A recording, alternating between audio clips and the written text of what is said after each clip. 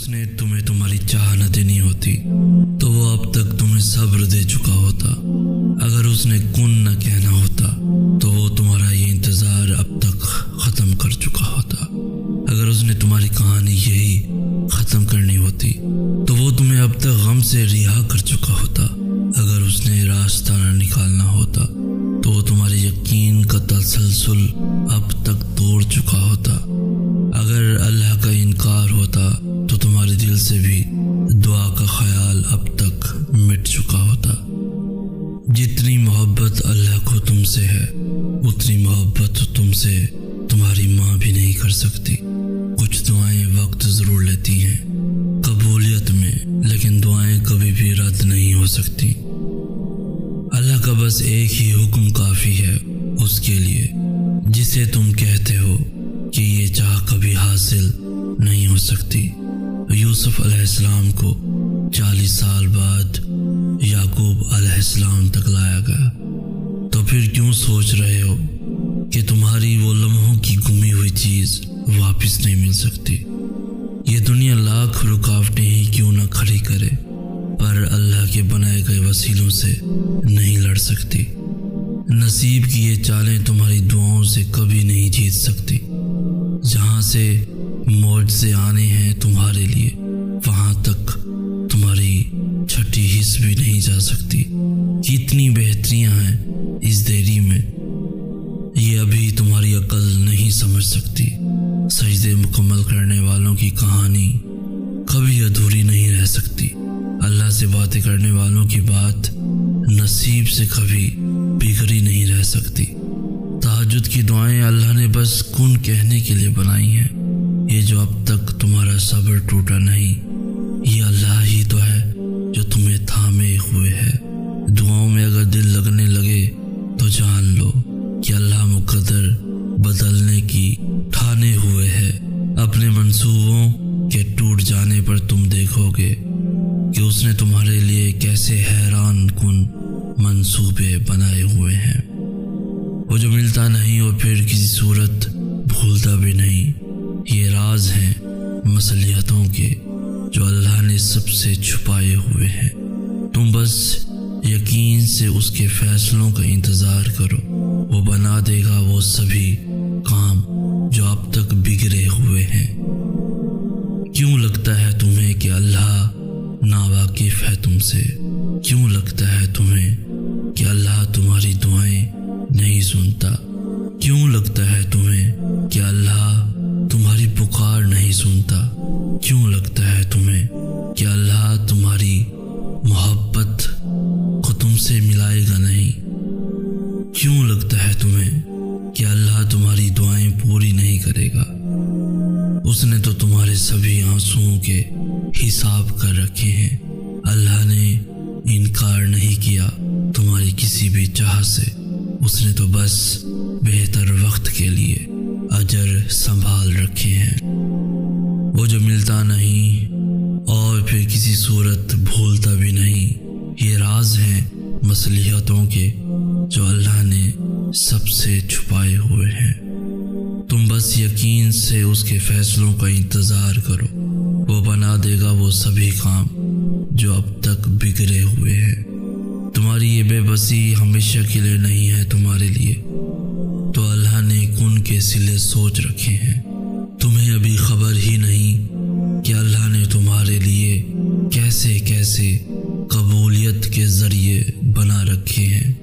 तुम्हें तो अभी खबर ही नहीं कि अल्लाह तुम्हारी आसानी के लिए कैसे कैसे रास्तों का इंतखाब करता है।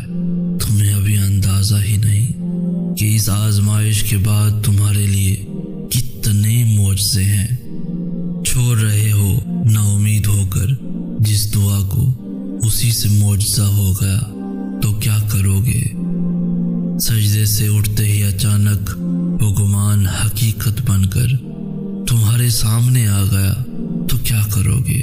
जिस आजमाइश को तुम सज़ा समझ रहे हो उसी के बदले अल्लाह मिल गया तो क्या करोगे? जिस ज़ख्म पर खफा हो तुम वही अल्लाह को सबसे प्यारा हुआ तो क्या करोगे? ये रातों को उठ उठ कर नमाजों में रोना तुम्हारा अल्लाह को राज़ी बाजी कर गया तो क्या करोगे? अल्लाह की रज़ा के लिए हारी गई बाजी जीत में पलट गई तो क्या करोगे?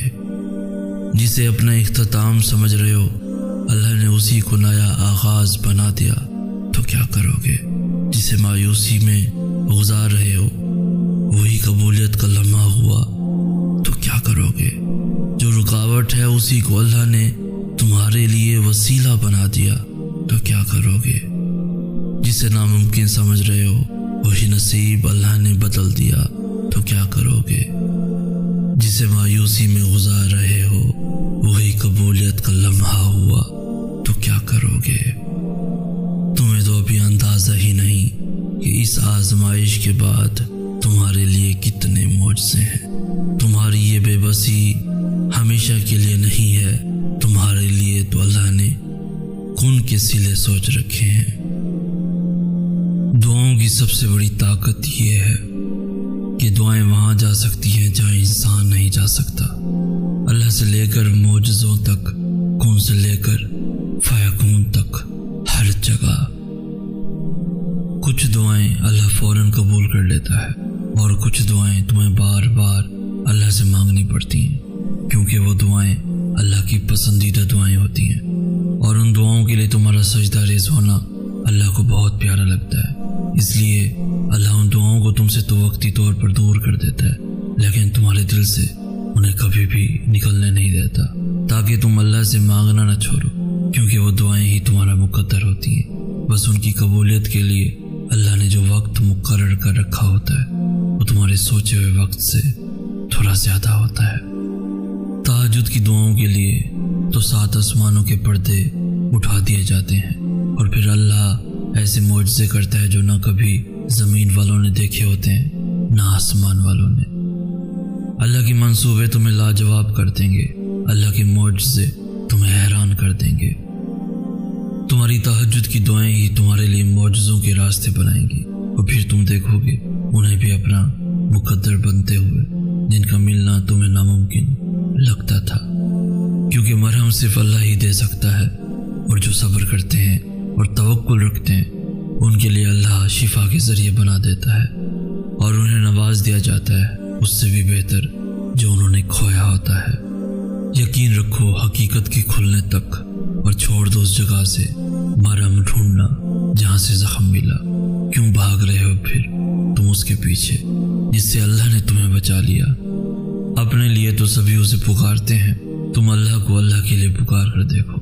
क्यों रोते हो उनके लिए जिन्होंने तुम्हें धत्कार दिया? कुरान पाक का हर्फ गवाह है जिसकी मोहब्बत का, तुम कभी उसे चाह कर देखो। अल्लाह को बेतरतीब दुआएं बहुत पसंद हैं, क्योंकि तब जुबान नहीं दिल बोलता है और दिल की बोलियां अर्श वाले से बेहतर और कौन समझ सकता है।